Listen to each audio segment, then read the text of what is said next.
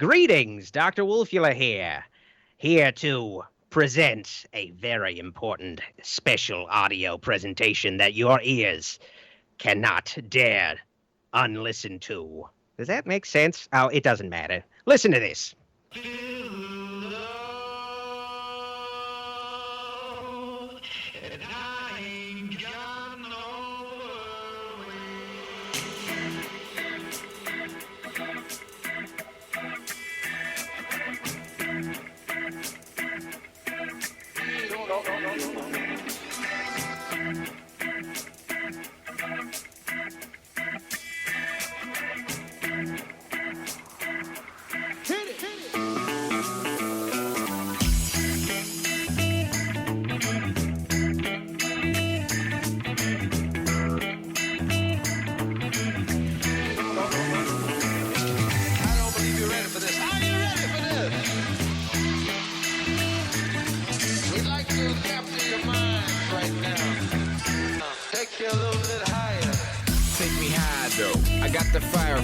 Shorty getting down, going up the fire pole.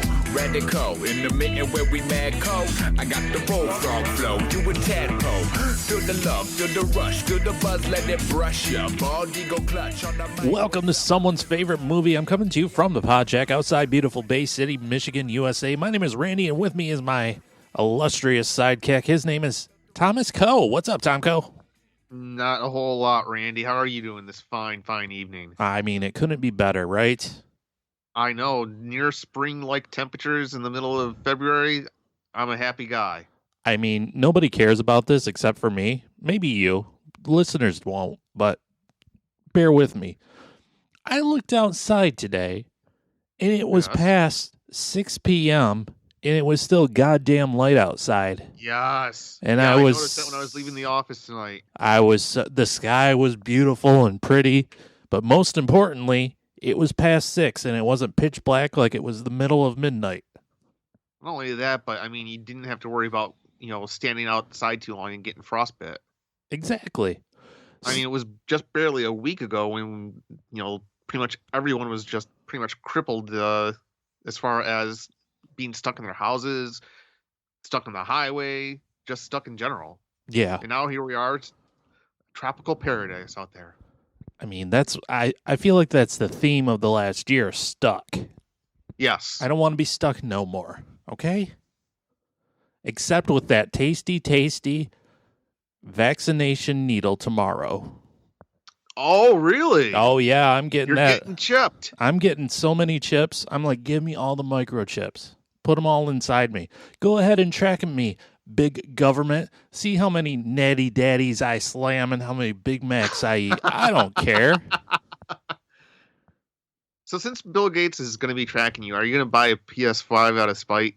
I might, He's going to have the Xbox Live system running right through me, so I might as well buy a PS5 and say, no, Bill, I'm taking a stand. Exactly. Man, I wish somebody would track me. I just love the fact that at least somebody gives a damn. Oh, man, it would be the best to have a stalker, wouldn't it?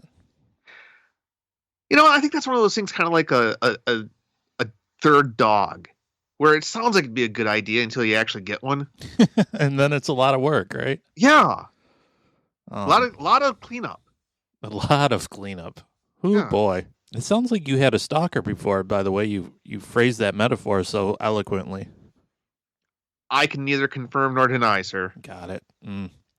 What else has been going on in my world? I don't know, but I feel like we need to thank all the dear listeners. Thank you, dear listeners. If you haven't already, check out the episode we did with Doctor Wolfula. It's by far one of our most popular episodes. Thanks to Doctor Wolfula for being on and providing our new intro. That was very kind of him. Yes, I was tickled pink when he was recording that. Shout out to Tomko for even thinking of it to ask him, because it didn't even really cross my mind, and it probably should have. Honestly, I have to give all of the credit to Peter over at Cobra Kai Companion, because whenever he interviews somebody for the show, he always asks them to record an interview. Mm-hmm. And it was kind of cool. We actually interviewed Martin Kove, who plays the lead bad guy at Cobra Kai, Sensei Kreese. Sure. asked him to record an intro, and he went into character for it, which that put a smile on my face. Yeah. I mean, I had Tommy get Jay Chandrasekhar from Super Troopers record an intro for us. I don't play it that often. Every now and then I do. But he says, you're listening to Miserable Retail Slave. Who wants a mustache ride? Because that's the character he played in Super Troopers. Yes. Yeah. Yes. And Tommy was so nervous to ask him. So nervous. I'm like, yeah, just do it. And he said, why wouldn't I do that? And he just did it. So. Well, I personally think that his performance in both Jackass #2 and what was it, Beer Quest, or no, Beer Fest. Beer Fest, yeah. Was way better than Super Troopers. Oh, man. I mean, he's a talented dude, right? Absolutely is. Yeah. He's a man of many trades. He is. But anyways, shout out to Dr. Wolfula. Thank you so much. If you haven't checked out the episode, do that.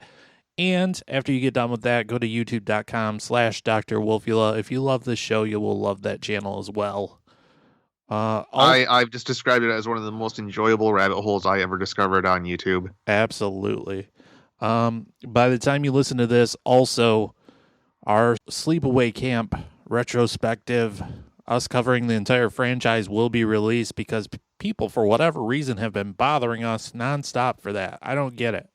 But yes, Mr. Swanson, we heard you. We heard you. Jeremy, too. He's Sleepaway Camp, Sleepaway. Okay, jeez. Who knew? People were clamoring for some Sleepaway Camp. And not to give away the entire episode, but I can kind of see why they might be interested in hearing what a couple of people think about Sleepaway Camp. It's definitely a conversation starter. Yeah, it's pretty good. That got me to thinking, though. Oh, yeah. I'm thinking the next time we do a franchise, which I hope is next month, March, we should put it on a poll.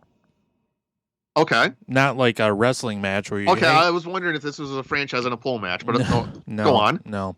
Like on the social medias, like on the Facebooks and the Twitters and such. And we put the franchises on there. So I'm thinking, I don't know, four.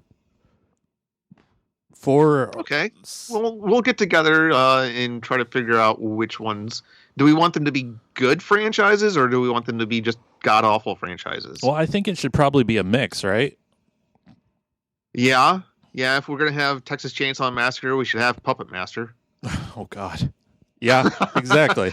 Yeah, I mean, we got through all the Leprechauns. We can get through Puppet Master, damn it.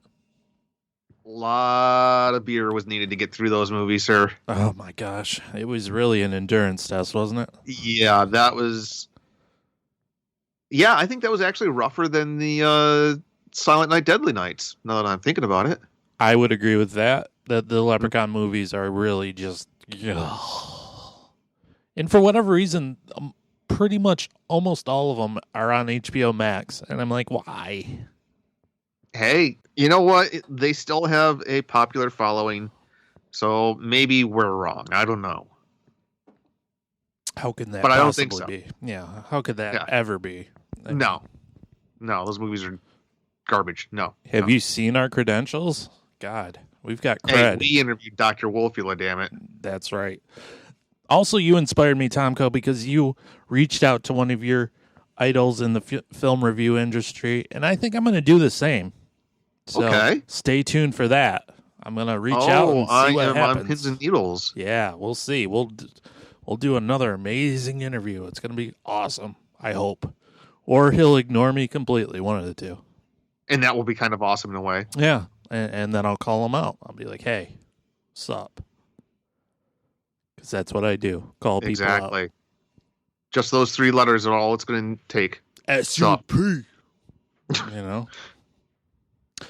Tomko, what have you been watching? Well, you know what? I have actually been watching quite a bit. Night before last, the wife and I sat down to ye old Netflix, and we watched this little movie called I Care a Lot. Oh, this have you has heard been of this? Yeah, this has been making the rounds of people talking about it and stuff.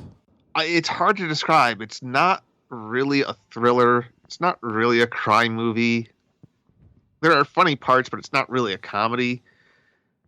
but in a way, it's just kind of scary because you could see how the scams that are in this movie, how they could easily be played out in real life. If you had the misfortune of running across some very, let's just say, unethical people. It was filled with a lot of really interesting twists that I did not see coming. The acting was just amazing. I think her name's Rosamund Pike. Is that her name? Yeah, she was the psycho girl. Yes, Gone she was Girl. the girl that got goned. Yeah, she got totally goned. And Peter Dinklage. And I am a big fan, no pun intended, of Peter Dinklage. Yeah.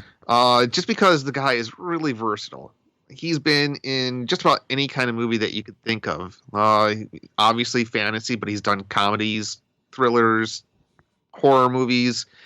Dude can do it all. He played a humongous giant in Avengers Infinity War. Yes, he did. Which was perfect casting. It worked. Mm-hmm. No, I am I am an admirer of his talents. Let's see, what else have I watched? Went back and rewatched the last season of Dark Side of the Ring. Okay. And just made me feel gross. Yeah. Is that the season with New Jack? Yes. Oh, God. New Jack's a scary dude, for those of you who don't know. He's a psychopath. Yeah. But, you know what? He can't find any charges that stick, so credit where credit's due. I guess. And let's see, what else? Not a whole lot. You know, nothing that really sticks out in my memory banks. Just those two. What about yourself, sir? I had a little movie marathon the other day with Pookie, my girlfriend, whom I adore. We watched. We started off with Everything Must Go, which is a Will Ferrell joint, and it's one of his more serious roles. Okay. And I tend to find, like, whenever one of the big comedy goofballs takes on a serious role, they're usually pretty good at it. Like, not always. Well, I'm thinking Adam Sandler. Like, some of his more serious roles are the best ones he's ever done. Yeah. I really absolutely love Punch Drunk Love. Mm-hmm. I keep meaning to rewatch Uncut Gems or Jewels or whatever it is. Mm-hmm. I did not care for Reign Over Me. Yeah, that's kind of hit or miss. I like Spanglish quite a bit. Yeah. But no, I mean, a lot of times comedians are absolutely wonderful in dramas because it's all about, eliciting emotional responses, and one of the hardest emotions to draw out of people is laughter. Mm-hmm. And if they can do that, chances are they'll do very well in any other broad range of categories. Yeah. So Will Ferrell plays a man who basically in the course of one day has lost it all. He's lost his job. His wife has left him, and she's changed all the locks on the doors and thrown all of his personal belongings onto the front lawn. And he's kind of a broken man at this point. And he's also a recovering alcoholic. So obviously this does not bode well for him, this situation. So So he starts hitting the booze pretty hard and hanging out in his front lawn. And he befriends a neighborhood boy, and it's just a drama of, like, letting go and getting by and changing and not letting, like, life's hardships get you down. So it's about a drunk homeless man hanging out with a kid? Yep. Cool. Yeah, cool. Totally. Nothing creepy about that. No. There's no bum fights, though, which is a problem. Yeah. We can always hope for the sequel. It's possible. You never know. After that, we watched Eurotrip, which is an early 2000s teen sex comedy that came in the wake of American Pie. Yeah. I mean, when American Pie came out, it really shocked the system. And all of a sudden, R-rated... Brought back the Porkies in all of us back then. Raunchy teen comedies for everybody. And I must admit, back then, I was a super sucker for them. And this was one of them. It really tickled my nostalgia fancy. I'm not sure it's a great movie. It's probably not, but I certainly enjoyed it. So, I have to admit, I've never seen that, but I am a huge fan of Road Trip. Okay, yeah. I mean, this is the unofficial sequel, you know. Yeah, But yeah, I like it. That's all that matters, right? exactly. And then we capped off the night with the perfect midnight movie, Dazed and Confused, which is one of my favorite movies. Exactly. And that's one of those movies that's just got a legendary cast, too, doesn't it? Oh yeah, you got Matthew McConaughey in one of his first roles. You got Ben Affleck in one of his first. You got Joey Lauren Adams. I mean, everybody is really great in that movie in the way that they act like they're not acting. If that makes sense. It's very Absolutely, yeah. It's very conversational without being too actory. You can imagine it actually being conversations had on the street and the way these people would actually act in the 70s. Mm-hmm. Have you ever seen the spiritual sequel to that Richard Linklater did called Everybody Wants Some? No, I was thinking of Can't Hardly Wait. I saw that, but I haven't seen Everybody Wants Some. Okay. It came out probably 5 years ago at this point, and it takes place in the 80s. Okay. I think the biggest star in it is Tyler Hoechlin, who is the newest Superman on TV. Oh, really? Yeah. It's just really good. It's kind of like Dazed and Confused, but it takes place in the 80s. I don't know. Yeah, I mean, if it's not broke, don't fix it, right? No, I'll definitely. I mean, yeah, I would definitely be interested in that. Yeah, for whatever reason, it didn't get much publicity or much acclaim or anything, but I thought it was pretty good. It's not as good as Dazed and Confused, but it works for me. Exactly. Now, you mentioned Joey Lauren Adams. Yeah. I'm a big fan of Chasing Amy, and I'm a big fan of her performance in that movie in particular. Mm-hmm. But it seems like people either fall on one side of the fence or the other. How do you feel about her voice? Oh, I mean, that voice is something. However, it really fits her character in Chasing Amy, I think. It does. Yeah. I don't find it annoying. I find it kind of sexy for whatever reason. I know of one friend in particular who cannot stand that movie simply because of her voice. Okay. I guess. I mean, I can see it. I can see how you would be annoyed, but I don't know how you would shit can the entire film just because of that. Hey, you know what? I've shit canned entire movies for less. Okay. Fair enough. You film snob. I am what I am. You're on the wrong podcast if you're a film snob. I hate to break it to you. I was going to say, especially considering the subject of tonight's episode. Tonight we're covering Unmasked Part 25, and in this February, our month of love. Ooh. Yeah. Unmasked Part 25, also known as Hand of Death. You know? And you know what? I have to admit, when I clicked play and I saw that title card, I was really confused. I almost sent a text to you saying, "Oh, Randy, I think I've got the wrong movie here." No, same thing.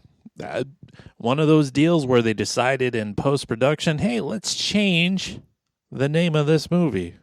But let's not bother changing the title card. No. We ain't got no funds for that. Well, I could kind of understand that, looking at it from that point of view, because you know exactly where all the budget in this movie went to, and it wasn't on, the finer details.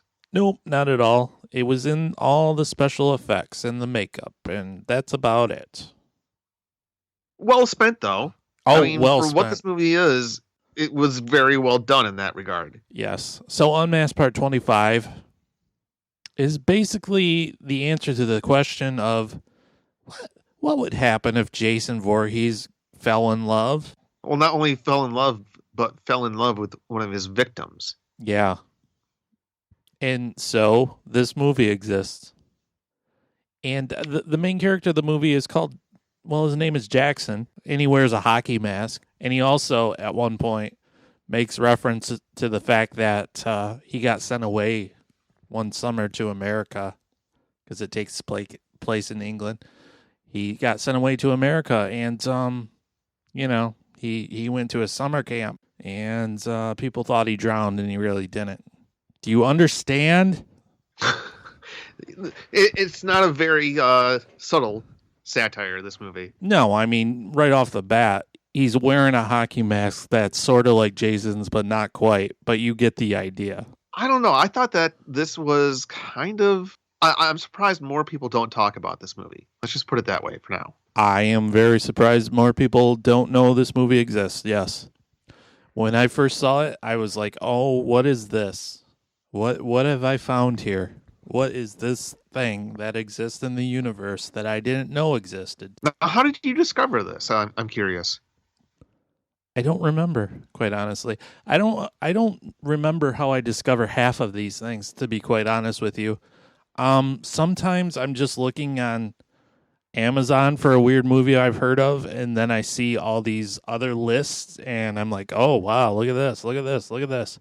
This one, I can't tell you how I stumbled across it. I do know it was like a year or two ago that I found it. It's one of those ideas that is so original and ballsy that you're like, oh, I have to see this. And I have to admit, I did not think when you first described this to me that there was going to be any kind of nuance in this movie. I honestly thought it was just going to be kind of like a spoof in like the scary movie tradition. And there's actually a lot more going on here. I would dare say that this is more of a deconstruction piece than a spoof. I would say so too. Yeah, you want to label it a satire, but there is a lot going on here. On the surface, there's the Jason who all he wants to do is kill people until he finds that one person that just loves him for who he is. Yeah, but there's also a lot of things about cycles of violence that exists within families, or cycles of addiction. It's not hard to kind of skim off the surface and look a little bit deeper into a movie like this. I guess so. The movie begins with a straight up spoof of the Friday the 13th movies. Basically, a bunch of teens are going to party in a old abandoned house. Some old man, just like the doom prophet of the Friday the 13th films, warns them not to go into the house because an evil child was born there and he's going to come back to avenge his birthplace, blah, blah, blah. Of course, kids don't even pay him no mind because they going to get laid and get drunk. I was going to say, would you? No. I'd be like, No. oh, that crazy man. And then in between chugs of beer and keg stands, we'd laugh about it. And I gotta say that I really enjoyed this opening sequence just because it was kind of showing how over the top all of those 80s slashers were, whether they were Friday the 13th or Nightmare on Elm Street or any of the other big popular ones, except it just basically one-upped the gore level. I mean, this is a very, very gory movie. yeah. And right off the bat, I dare say it's the best kill in the movie because Jackson walks up behind the guy and rips his face off so that it's a screaming skull and then punches a hole through his chest to grab his beating heart. And you're like, Yes. holy shit. I knew I was in for something when I saw that. So, of course, one by one, he starts picking off all the folks in the party as they separate to get it on with their partners. And finally, the only person left to kill is a blind woman who was waiting for her, no pun intended, blind date to show up. Her roommate was going to set her up with some dreamy guy because I guess being blind, she's not a lot of people are turned off by that fact, I guess. I thought it was just kind of a neat little thing where, did you ever see that movie Manhunter or the remake Red Dragon? Yeah, I've seen It both of definitely them. reminded me of the subplot in that where the killer was dating a blind woman. Oh, I didn't even think about that. You're right. But it was also kind of one of those cute little stories where you have the two outcasts that somehow find each other, and it turns out that they're perfect for one another. Jackson was going to kill her, and she just starts babbling on about how excited she is and nervous because she didn't think he was going to show because she thinks it's her blind date, and she confesses how lonely she always is, and he kind of grunts, and she goes, "Oh, you can't speak. You've got an impediment too." And she assumes they've been put together because she can't see and he can't speak, and she doesn't care. So Jackson goes back to her apartment with her, and he reveals that he can speak and always could, but no one wanted to listen and thought he was stupid. And he says, "I hate wearing this mask. People expect it, you see. People think that I'm a monster." And he says this in a very eloquent English accent and very well spoken. And I'm like, holy shit, what is this movie at this point? Yes. And then she reaches in for a kiss, and she is stopped by said mask, to where he, has to be talked out of it, and eventually he reveals why he wears that mask. He is fugly. So fugly. Like, disturbingly fugly. I don't know if you're old enough to remember these toys from the 80s, but have you ever heard of Mad Balls? Oh, yes, I had Mad Balls. That's what this dude's face reminded me of. I had a green one that with all these stitches and like slime and boogers streaming out of his nose. I think I had the same one. Yeah, it was my favorite one. That's exactly what Jackson reminded me of. Yeah.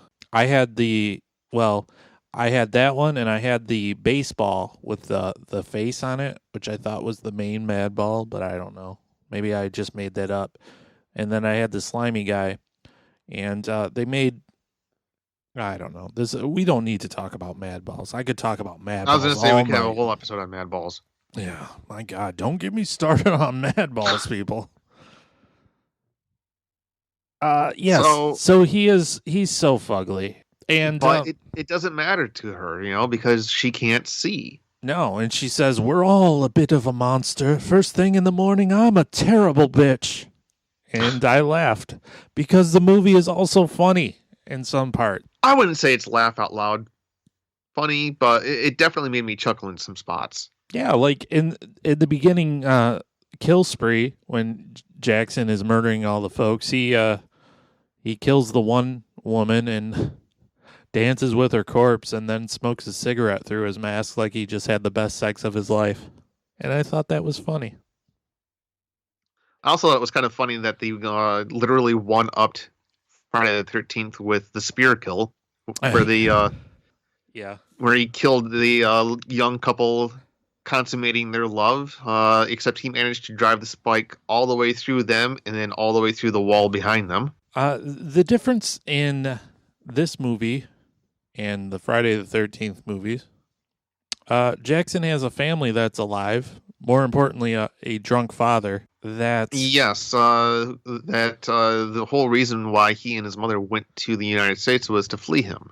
Yeah, and it's revealed that his dad is a murderer, and dear old drunken daddy realized that his son was going to grow up to do the same thing.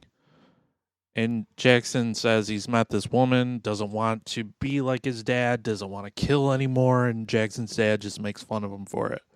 So it starts to get really deep. Like, is this nature? Is it nurture? Can you escape your predefined roles based on your family? Are you doomed to never change? Well, to me, it just seemed like... To me, I would say that killing him was almost his version of the alcoholism that his father, enjoyed. Oh, yeah, that's a good point. Yeah, where it was something that he was compelled to do. It even got to the point where it stopped being fun for him and didn't have any meaning whatsoever, but he still found himself doing it compulsively. Yeah, just because he did it for so long, that's what he thought he was supposed to do. Mm-hmm.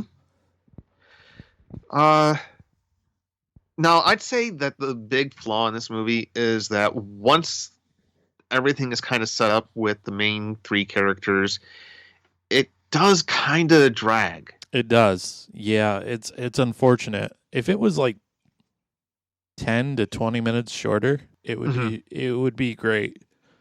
But yeah, it does drag in the middle parts. Well, I also think, the problem is that the opening and closing sequences are just so damn memorable, though. The ending, which we will talk about in a bit, is definitely very, very memorable, and I did not see that coming whatsoever. No.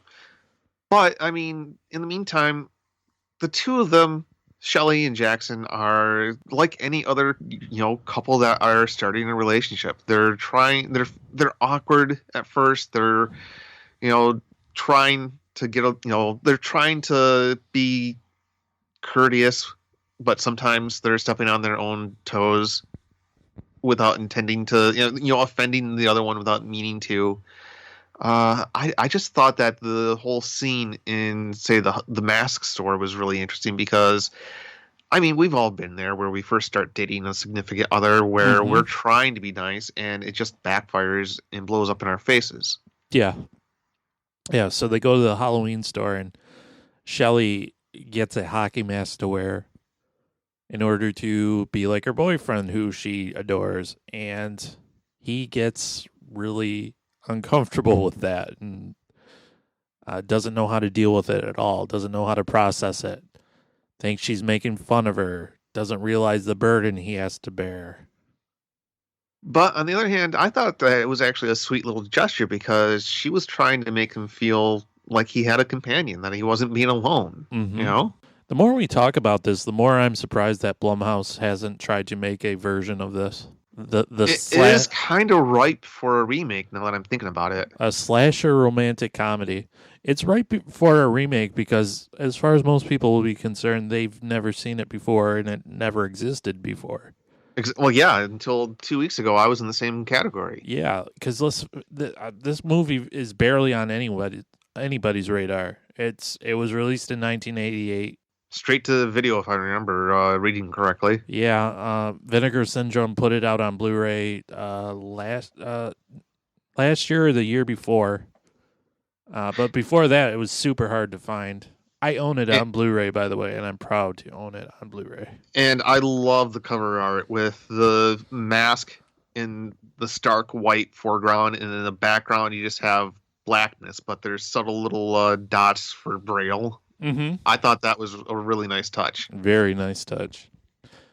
But I could definitely see Blumhouse doing something to this effect. And wait, you know what? Once our remake of Night of the Lepus is the surefire runaway hit, it's destined to be. Yeah. We need to buy this one next. I mean, yeah, can we buy these movie rights? We could, I bet. Like, who do we have to contact? We'll buy Unmasked Part. Can't be that much. I've got several $100s that I could throw this way. You know what? I keep meaning to cash in my pop bottles. See? I mean, you can stop buying omnibuses for a month and completely fund the movie. Oh, there we go. See? We gotta do this. We've got to. Jackson really wants to quit murdering all the people. He just can't find himself. He relapses, basically. And I thought that it was interesting that the place where he had his little slip up of a relapse was in a bar. Yeah, that's a good point. That's a good detail. He goes wandering the streets of London. I'm assuming it's London. I don't think they ever actually mentioned the name. Did they? Or I don't think they did, but I just assumed it was London. Yeah, because I saw Big Ben. Yeah. I assume any movie that takes place in England it is in London, unless otherwise specified. Well, he's wandering the streets, and he finds himself in this what looks to be a very typical 80s English pub, and he's recognized because it turns out that in America they are making movies based on his crimes. Mm-hmm. And a group of, fairly obnoxious punters invites him over to share a drink, and he clams up. He just does not have the ability to talk to these strangers, even though they're fawning over him because they're assuming that he's this rich American Hollywood star, and he just can't deal with the pressure. And it's not the pressure of being famous as much as the pressure of trying to interact with your fellow human being that drove him to what he did. The guy's girlfriend is begging him for an autograph, and he doesn't know what to write, so he just writes, "I could slit your throat." He gets the entire table offended at him.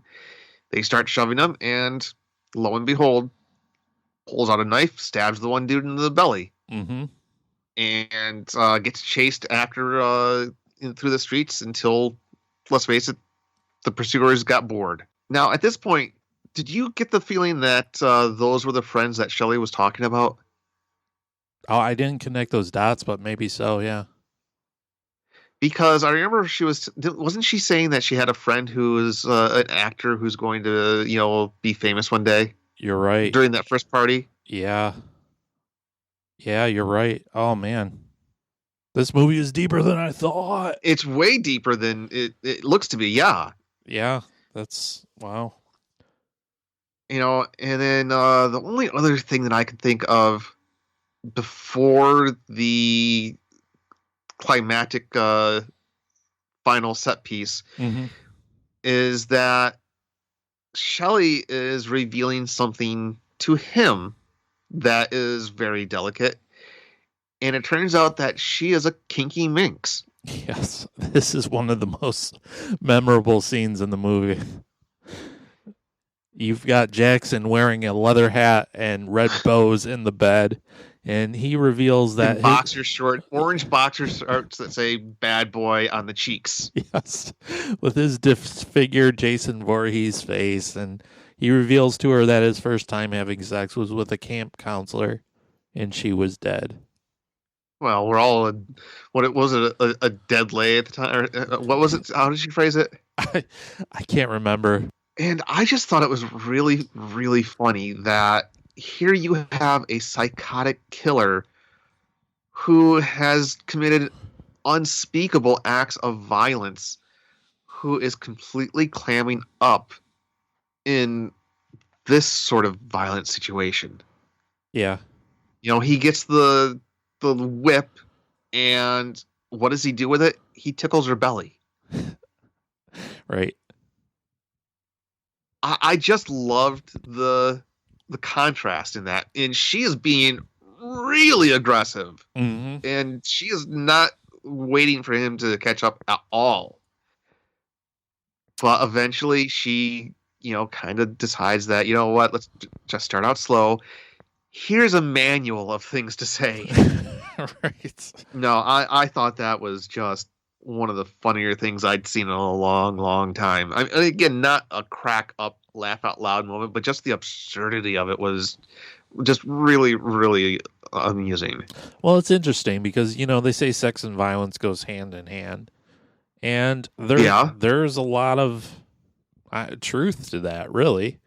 In some cases, not in anything I've ever done, but some people, that's their thing. And for Jackson to be like, no, this is our little private, I can't do that. It kind of sends him off the deep end. He doesn't know how to react or how to respond. Well, yeah. And the other thing that I noticed was at the start of the session, she instructs him to open up the drawer in the nightstand next to the bed, and he pulls out this massive dildo. Yeah. What did he say about it? I don't remember. You could kill someone with this. Yeah.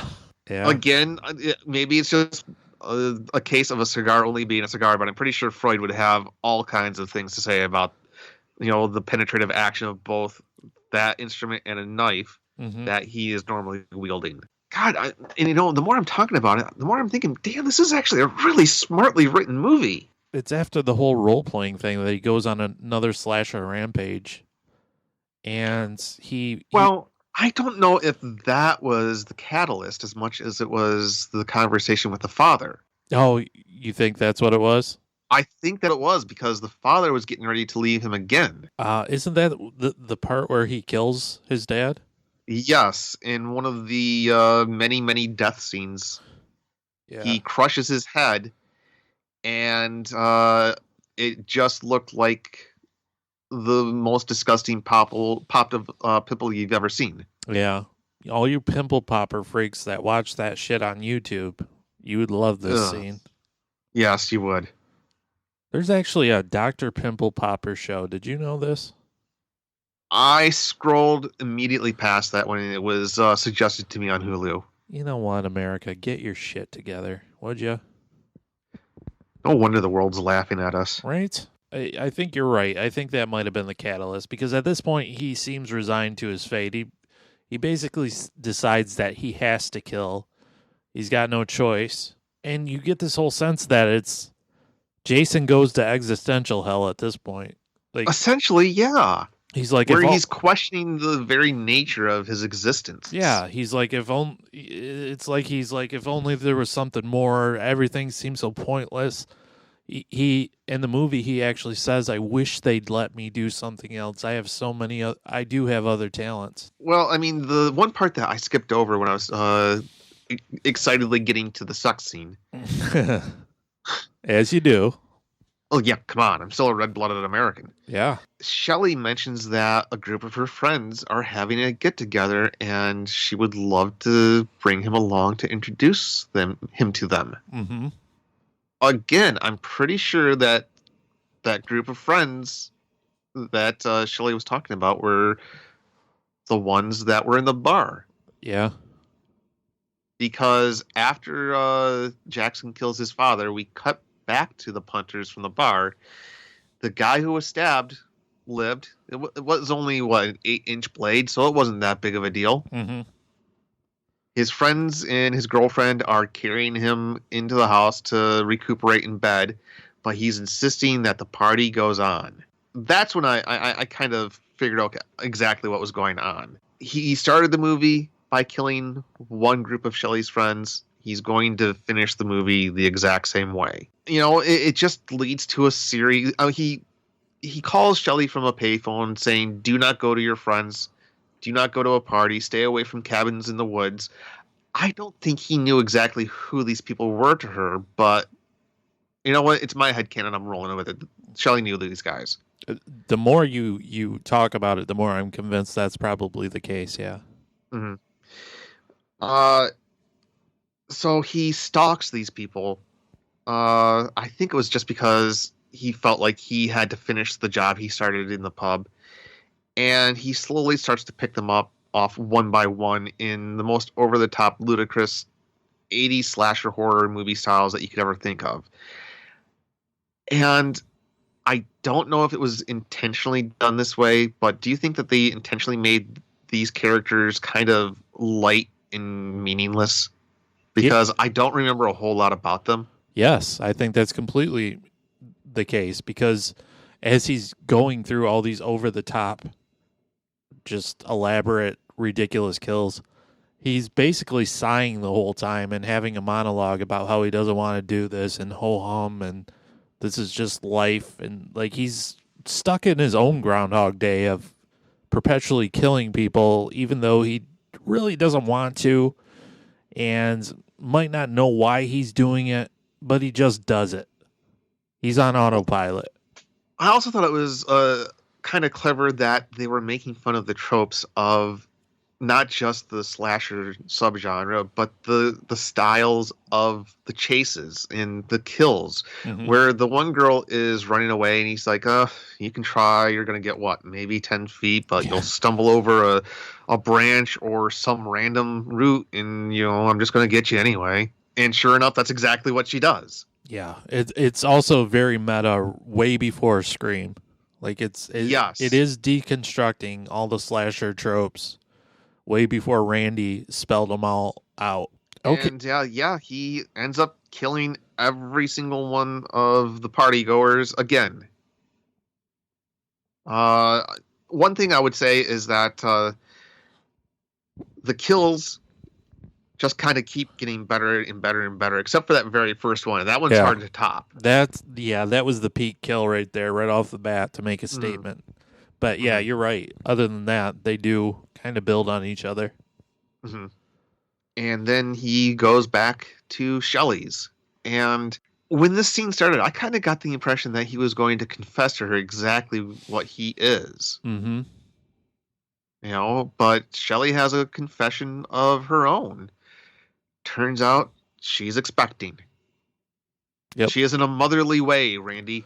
She is in a motherly way, and he has a fit about it because he was told all that stuff. He's thinking about his dad telling him that, dad was a murderer, so of course son Jackson is going to be a murderer, and he doesn't want to put any sort of innocent child through this life and maybe pass on that same murderous instinct so that more people die. He doesn't want that. He's never wanted that. And so he cuts her fucking throat. And I didn't see that coming at all. I didn't see it coming, but looking back on it, I could see how they set it up with the conversations with the father. And no, it makes sense, but it was a bit of a gut punch. Yeah, it makes perfect sense. It's probably the right character move.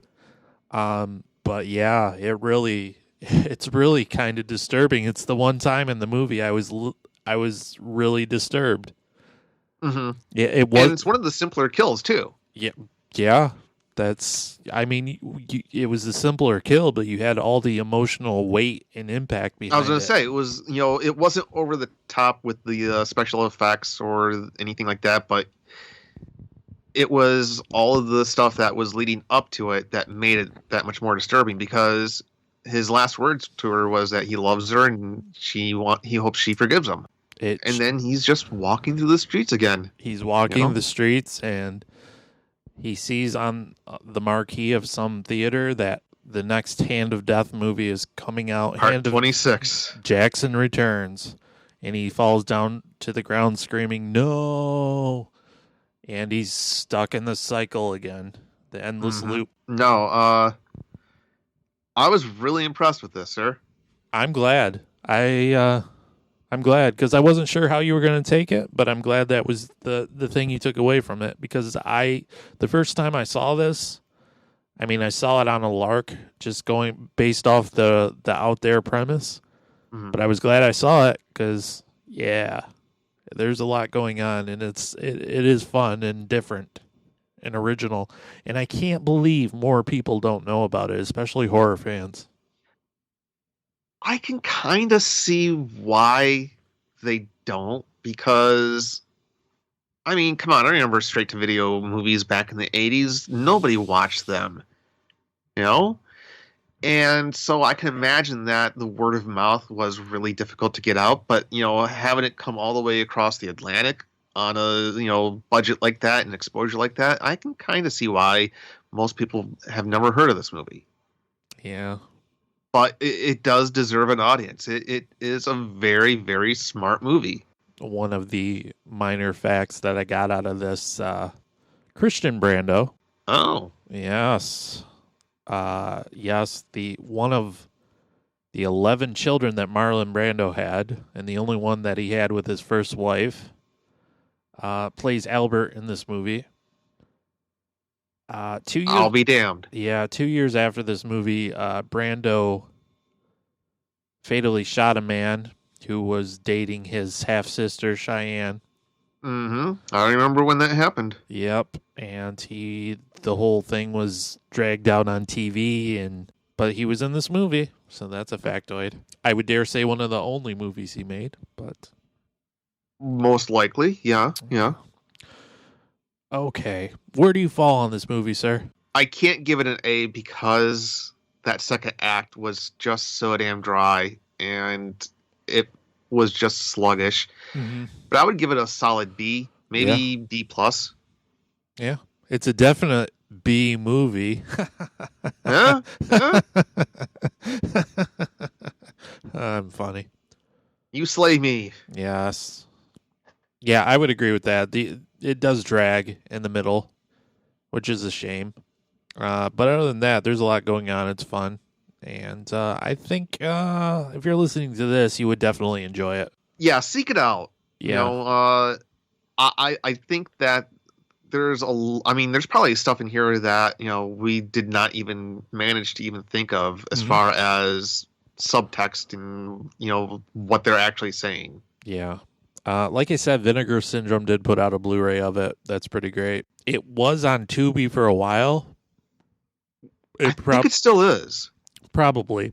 If you don't have Tubi on your streaming device, you should. Get it.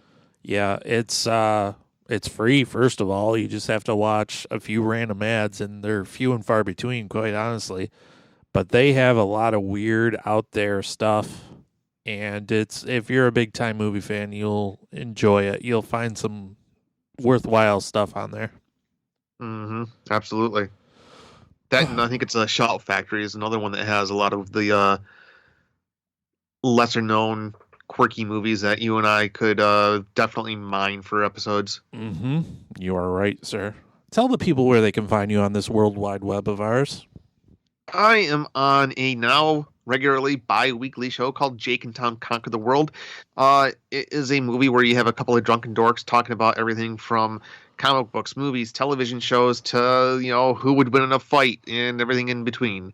You can find me on any of your podcatchers of choice. If you want to reach out to me on social media, you can find me on Twitter at The Drunken Dork and on Facebook at Jake and Tom Conquer the Group. Randy, what about you, sir? You can find me on Twitter at mretailslave, or for this podcast at Fave Podcast on that Twitter. We have a Facebook page for this program here. Just search Someone's Favorite Movie on there. Or you can join the group for Miserable Retail Slave, which is the big dumb comedy show that I do. Just search Miserable Retail Slave and join that group. I do have to mention that May 20th of this year, Thursday, 8 p.m., Tomco and myself will be on a thing called Livestream for the Cure. Yes. No, it's going to be 9 p.m. Yeah, 9 to 10. I'm sorry. I'm dumb. I'm doing back-to-back hours. That's why I'm so confused. Gotcha. Miserable Retail Slave will be on at 8. Someone's Favorite Movie will be on at 9. We might have a special guest. I don't want to talk outside of school, but it sounds highly promising, right? It does at least sound like a good possibility. Yes. Livestream for the Cure is a live streaming event that our friend Nick, formerly of the Epic Film Guys, puts on every year. This will be my 4th year doing it. And basically we seek to a bunch of indie podcasts band together to raise money for cancer research. And great things has happened because of it. Like, you would think, oh, God, $1,000. Great, guys. No, we're talking like $20,000. Yeah, he is doing the Lord's work with this stuff, folks. Yeah, a lot of money has been raised. He puts a lot of work into it. Everybody does. It's one of my favorite things I do all year. I'm excited to bring this podcast on there.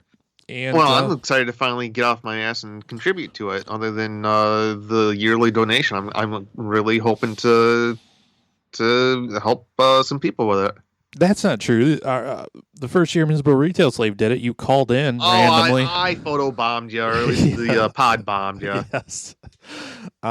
Yeah. I still think that the first year me and Tommy did it was the best year we've done it. And ever since then, it's been, Well, I still remember the look on Jake's face when I was describing the one girl. I can't even remember what the hell she was wearing, but she was just... It was not a good costume at the Comic-Con. Yeah. Didn't I ask him to go over and talk to her or something? I think you did, and I immediately declined. Yeah. Yeah, that sounds about right. Yeah. Next week, we will be doing a movie called Pump Up the Volume. Cannot wait for that. That's one of my all-time favorites. Yeah, it's a nice little scene movie that not many folks have heard about. But we're going to cover. It's pretty great. It's one of the angstiest of the teen angst movies. Yep. It's one of the movies that's been on my list from the very beginning to cover. So I'm excited to do that. So yes. I hope we'll see you next time. Until then, bye-bye. Bye.